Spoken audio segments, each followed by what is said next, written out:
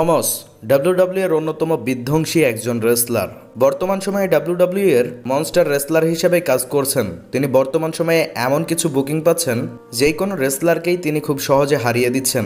তবে অমস খুবই ভয়ঙ্কর আক্রমণ করবেন ববি ল্যাশলিকে।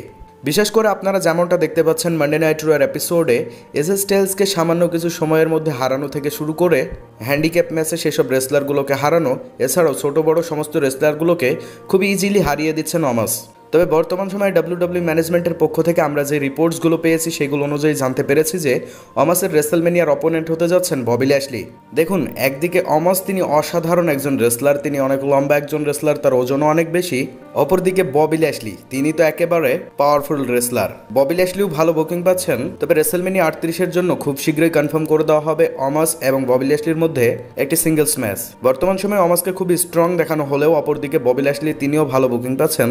তো এই দুই রেসলারের মধ্যে যদি ম্যাচ অনুষ্ঠিত হয়, একদিকে পাওয়ার হাউস ববি ল্যাশলি, অপরদিকে মনস্টার অমাস, এই দুই রেসলারের মধ্যে যদি ম্যাচ অনুষ্ঠিত হয় তাহলে নিঃসন্দেহে অসাধারণ একটি ম্যাচ দেখতে পারবো, যেখানে অমাস তার বিধ্বংসী রূপ দেখাবে, অপরদিকে ববি ল্যাশলি তিনিও স্পেয়ার থেকে শুরু করে হার্ডলক দেখাবে। আর জানা যাচ্ছে যে খুব শীঘ্রই এদের ফিউডটি কন্টিনিউ করা হবে। ধন্যবাদ।